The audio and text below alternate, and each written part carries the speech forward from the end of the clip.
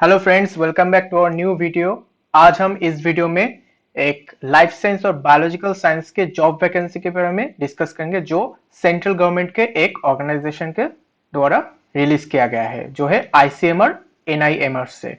मतलब ICMR national institute of medical research, sorry malaria research की तरफ से रिलीज किया गया है डिपार्टमेंट ऑफ हेल्थ रिसर्च के अंदर and ministry of health and family welfare government of India की तरफ से वैकेंसी जारी किया गया है, जो जिसका एडवर्टाइजमेंट नंबर ए है एंड ए 22 जून में रिलीज किया गया था। एंड इसके लिए 3 पोस्ट रिलीज किया गया था, जहाँ पे technical assistant, technician and laboratory assistant, laboratory attendant post दिया गया था। तो उसके हम डिटेल्स देखेंगे एंड इसका जो एक इम्पोर्टेंट चीज है, the last date of submission of application form is 21 July 2023। ठीक है, तो 21 जुलाई के अंदर आपको ये वाला फॉर्म जो फिलअप करके देना होगा। ठीक है, सो यहाँ पे हम और एक चीज देखेंगे एंड और एक चीज यहाँ पे याद रखना होगा कि ये वाला ऑफलाइन एप्लीकेशन होगा। सो आपको यहाँ पे एप्लीकेशन फॉर्म जो है वो डाउनलोड करके फिलअप करके उसके साथ जितना भी डॉक्यूमेंट्स यहाँ पे रेलिवेंट डॉक्यूमेंट्स जो मांगा गया है वो आपको एक साथ करके कवर करके आपको देना होगा विद इन 21 जुलाई के अंदर। ठीक है, एंड यहाँ पे जो पोस्ट के लिए हम यहाँ पे डिस्कस करेंगे वो लाइफ साइंस का पोस्ट होगा।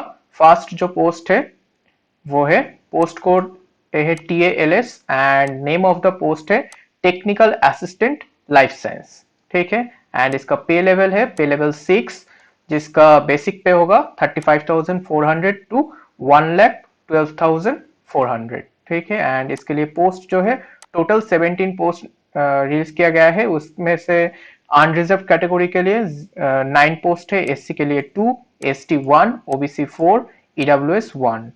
एंड एसेंशियल क्वालिफिकेशन जो है वो है first class bachelor degree minimum 3 years duration in life science from a government recognised university with at least any one of the following subject.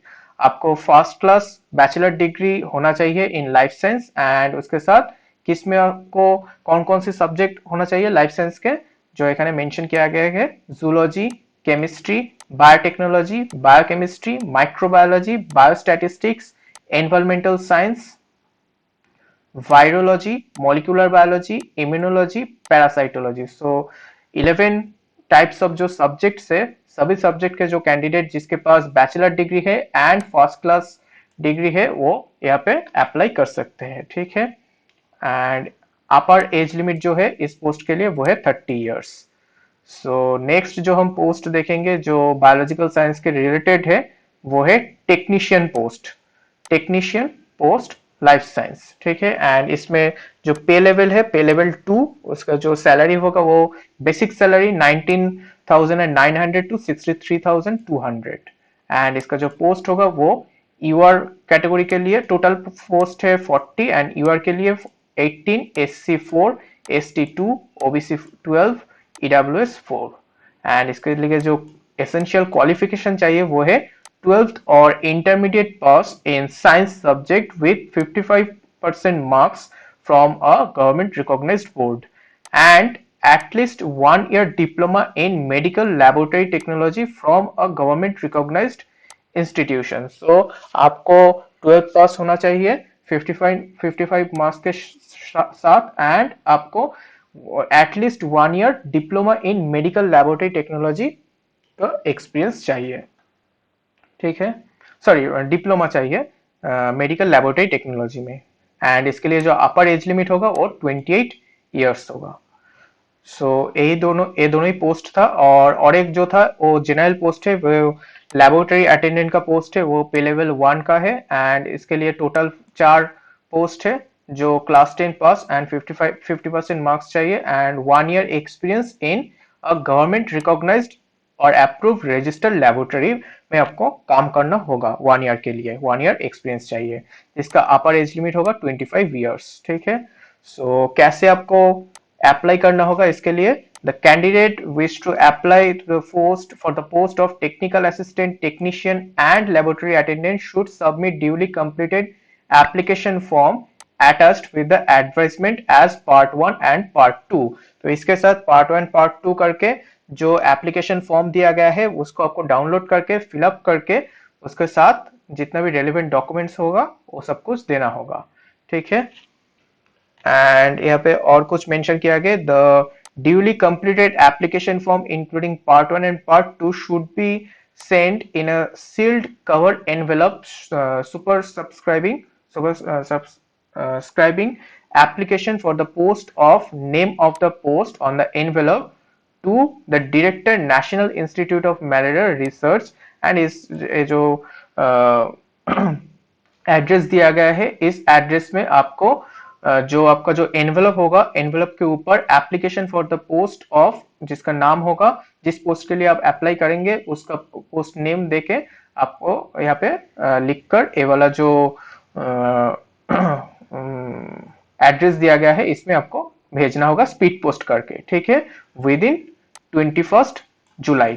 ठीक है, एंड इसके साथ और एक भी चीज देना होगा, वो क्या है, वो application fee by Indian postal order और डिमांड ड्राफ्ट की तरफ से और इंडियन पोस्टल ऑर्डर की तरफ से आपको 300 रुपीज जो है वो एप्लीकेशन फी देना होगा। मतलब आपका जो डिमांड ड्राफ्ट करना होगा उसके बाद जो आपका जो ड्राफ्ट होगा मतलब उसका जो रिसिप्ट होगा उसको आपको भेजना होगा उस एप्लीकेशन फॉर्म के साथ। ठीक है, एंड जो SC/ST person with disability and women candidate होगा एंड एक सर्विसमैन होगा are exempted from payment of the application fee. जो SC/ST कैंडिडेट होगा एंड वुमेन कैंडिडेट PWD होगा एंड एक सर्विसमैन होगा उनको ये जो 300 रुपीज का जो एप्लीकेशन फी है वो कुछ भी देना नहीं पड़ेगा। ठीक है, एंड इसके साथ the candidate need to attach the self-attested copies of the following documents along with their duly completed application form। Application form के साथ आपको सेल्फ अटेस्ट करके ये सब जो डॉक्यूमेंट्स एक साथ करके आपको देना होगा। क्या क्या है, proof of date of birth, proof of educational qualification from class 12 to onwards, मतलब क्लास 10 टू ऑनवर्ड्स, मतलब क्लास 10 से लेके आप जितना भी हायर क्वालिफिकेशन किए हैं सभी जो एजुकेशन क्वालिफिकेशन है उसका सर्टिफिकेट एंड मार्कशीट देना होगा। प्रूफ ऑफ वर्क एक्सपीरियंस आपको देना होगा and proof of experience of age relaxation for the candidate working in the government sector in a prescribe format. ठीक है, and income and asset certificate for EWS candidate in the prescribe format. Proof of category that is SC/ST OBC PWD, ये सब proof of category देना होगा। No objection certificate whether applicable वो देना होगा। Declaration to be furnished by OBC candidate and details of experience in the prescription. अगर आपको experience है फॉर कैंडिडेट वर्किंग ना ICMR प्रोजेक्ट कंटिन्यूअसली, जो भी कैंडिडेट ICMR प्रोजेक्ट के अंदर काम कर रहे हैं उसके लिए अलग से डिटेल्स ऑफ एक्सपीरियंस देना होगा जो यहाँ पे अटैच किया गया है, फॉर्मेट जो है अटैच किया गया है। And appointment letter and joining order for project service in ICMR funded project. अगर आप ICMR फंडेड प्रोजेक्ट में काम कर रहे हैं तो उसके लिए अपॉइंटमेंट लेटर और ज्वाइनिंग लेटर भी यहाँ पे अटैच करना होगा। ठीक है, तो इसके साथ जो सिलेक्शन प्रोसीड्योर अभी डिस्कस करेंगे, सिलेक्शन प्रोसीड्योर क्या होगा।